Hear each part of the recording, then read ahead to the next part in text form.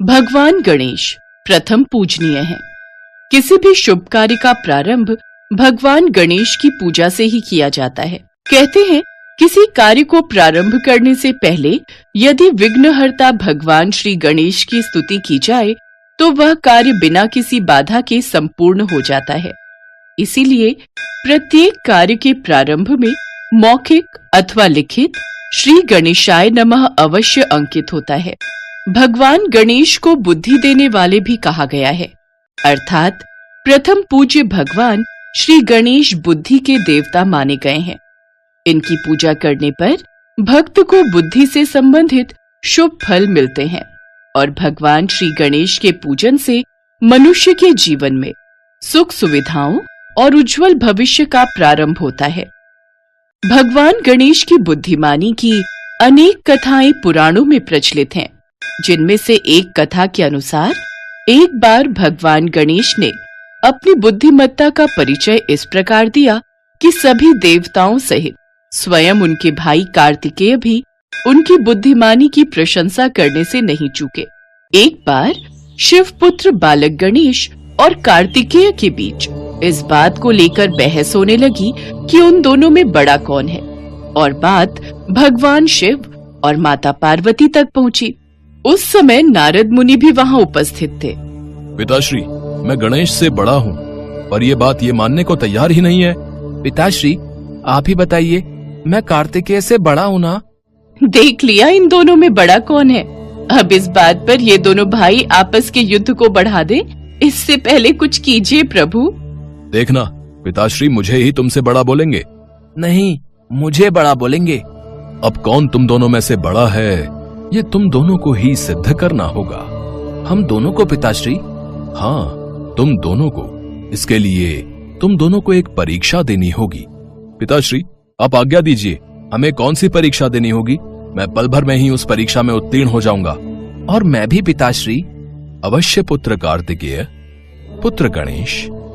परीक्षा ये है कि तुम्हें एक कार्य दिया जाएगा और वो कार्य होगा पृथ्वी की परिक्रमा करने का।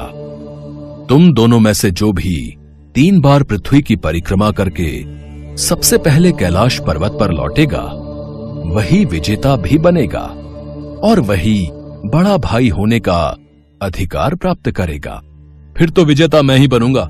माताश्री, पिताश्री, मुझे आशीर्वाद दीजिए। नारायण नारायण। बालक कार्तिकेय ने तो पृथ्वी की परिक्रमा करनी प्रारंभ भी कर दी। बालक गणेश, आप किस सोच में डूब गए? अब कुछ नहीं, मैं भी बस परिक्रमा प्रारंभ ही कर रहा हूँ। कार्तिकेय तुरंत अपने दिव्य वाहन मोर पर सवार हुए और आकाश में उड़ते हुए 3 बार पृथ्वी की परिक्रमा करने लगे। भगवान गणेश जानते थे कि वो भारी हैं और उनकी सवारी चूहा कार्तिकेय के मोर जितना तेज नहीं दौड़ सकता। अगर वो दुनिया का चक्कर लगाते हैं तो अपने भाई को कभी नहीं हरा पाएंगे। पुत्र गणेश, तुम पृथ्वी की परिक्रमा में नहीं जा रहे हो क्या? माताश्री, मैं वही तो प्रारंभ कर रहा हूँ। देवी पार्वती, हमारे दोनों ही पुत्र बहुत बुद्धिमान और होनहार हैं। हमारा पुत्र गणेश इस समय जरूर कुछ और ही विचार मन में सोच रहा है। इसके पश्चात गणेश जी ने अपने हाथ जोड़े और अत्यंत भक्ति के साथ अपने माता पिता के समक्ष चक्कर लगाने लगे। उन्होंने 3 बार परिक्रमा की और जीत के पुरस्कार की मांग की। माताश्री, ये प्रतियोगिता तो मैंने जीत ली। मैं तो ये परिक्रमा कब की पूरी कर चुका। पर पुत्र, तुम दुनिया भर में तो गए ही नहीं। पिताश्री, जन्म धारण करने वाली प्रत्येक संतान के लिए माता पिता के चरणों में ही पूरा संसार विद्यमान होता है। माता पिता ही अपनी संतान के लिए त्रिलोक समान होते हैं। माताश्री के आंचल की छांव और आपके स्नेह की गोद मेरे लिए पूरी पृथ्वी के समान है, जहां आप दोनों की सेवा करने से मुझे सर्व सुख प्राप्त होते हैं। मेरा लाल, मेरा गणेश। पार्वती, वेद पुराण के हिसाब से गणेश की बात सही है, इसलिए गणेश को ही बड़ा भाई माना जाएगा। अद्भुत पुत्र गणेश, आप तो अति बुद्धिमान हैं। महादेव, अब तो ये बात मेरे साथ साथ सभी देवी देवता भी मानेंगे कि बाल गणेश बुद्धि के दाता हैं। वो देखिए, बालक कार्तिकेय भी परिक्रमा पूर्ण करके आ चुके हैं। माताश्री, पिताश्री, मैं पृथ्वी की परिक्रमा करके लौट आया हूं और मैंने सब कुछ सुन भी लिया है। वास्तव में गणेश अति बुद्धिमान होने के साथ साथ अति होनहार भी हैं, इसलिए ये प्रतियोगिता गणेश ने ही जीती है। कार्तिकेय ने भी गणेश की बुद्धिमानी की सराहना की। वे भी बालक गणेश की बुद्धिमानी से बहुत प्रसन्न हुए। भगवान शिव की इस योजना से दोनों भाइयों के बीच चल रही इस बहस का सदा के लिए अंत हो गया।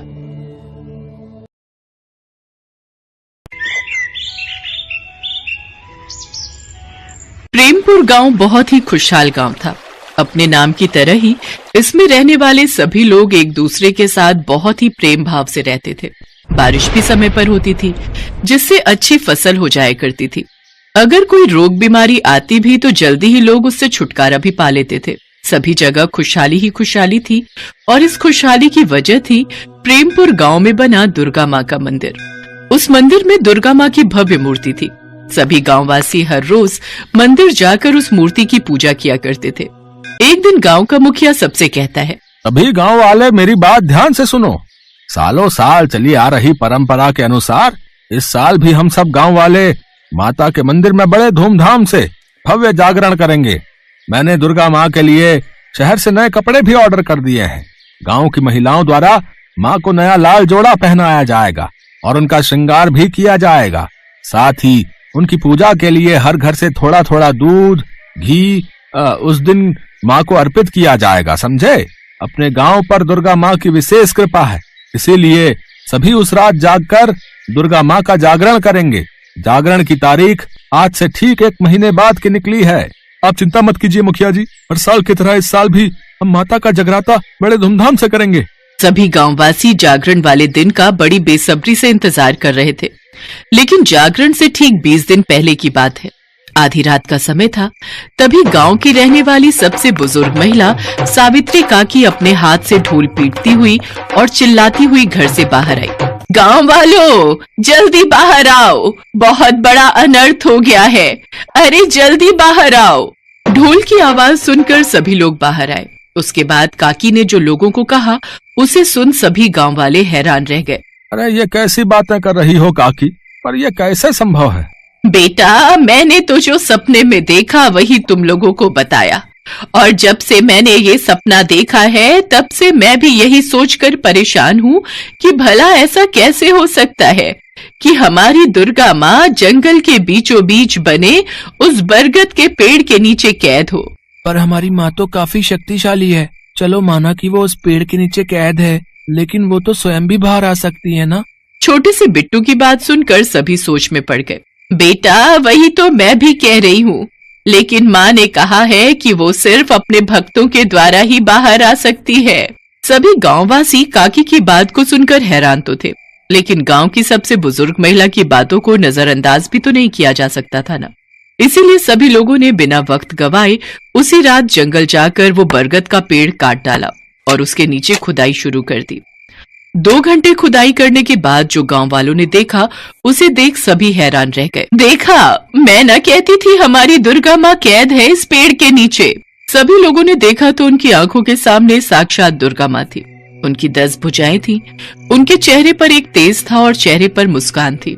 गांव वालों ने उन्हें पालकी में बिठाया और जोर जोर से माता का जयकारा लगाते हुए अपने गांव के मंदिर की ओर चल दिए। जोर से बोलो जय माता दी, सारे बोलो जय माता दी, मिलकर बोलो जय माता दी, जय माता दी, जय माता दी।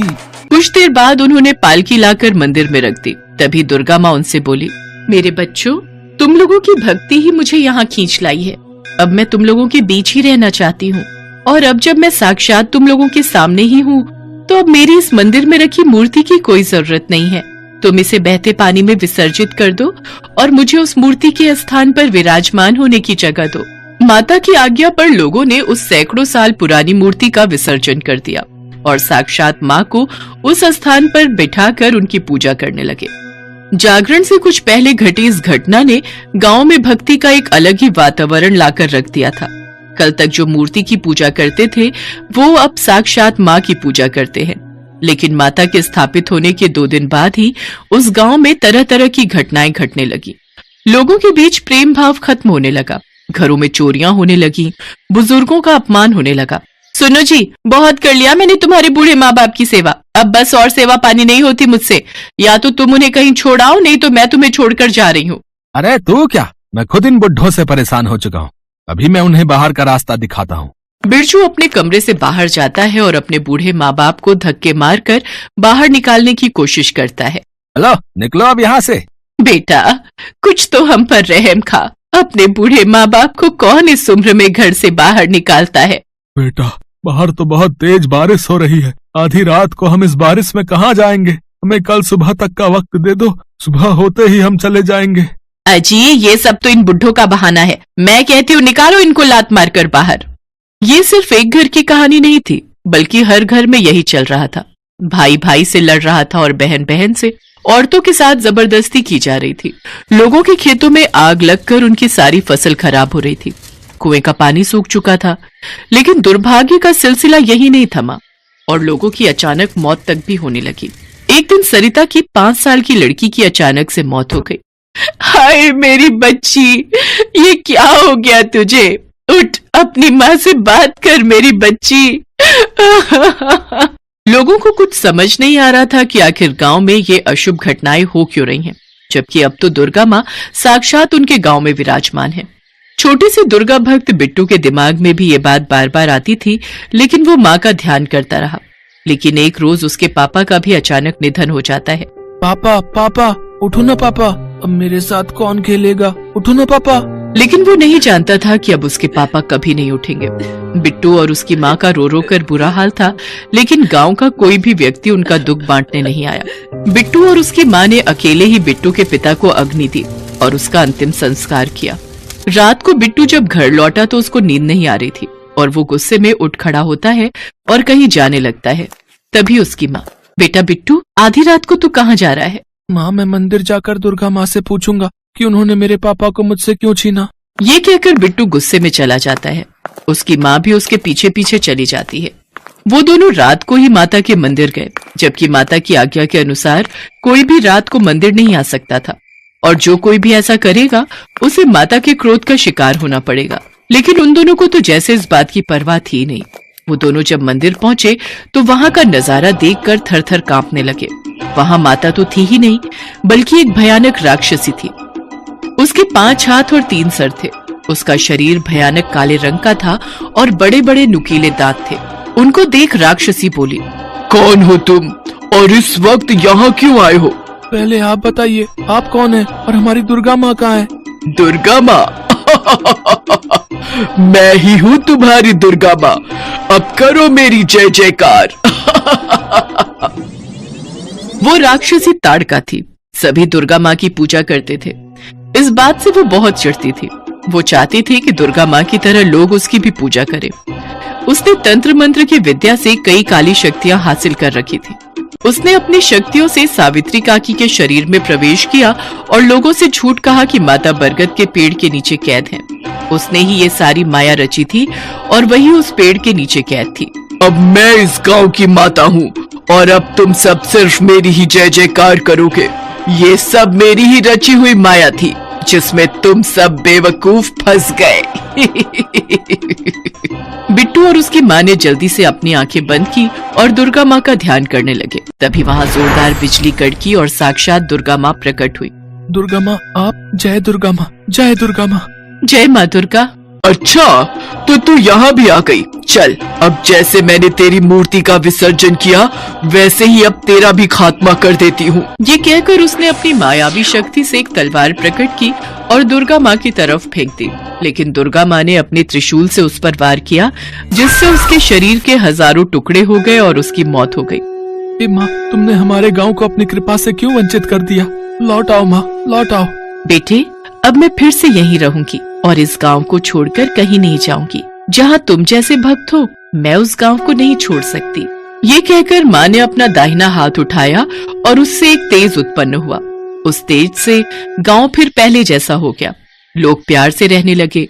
कुओं में पानी भर आया, खेतों में फसलें उगाई और यहाँ तक कि इन दिनों जिनकी मृत्यु हुई थी वो लोग जीवित हो उठे। माँ की महिमा देख सभी गांव वालों ने माँ के नाम के जयकारे लगाए और बड़े धूमधाम से दुर्गा माँ के लिए जागरण किया।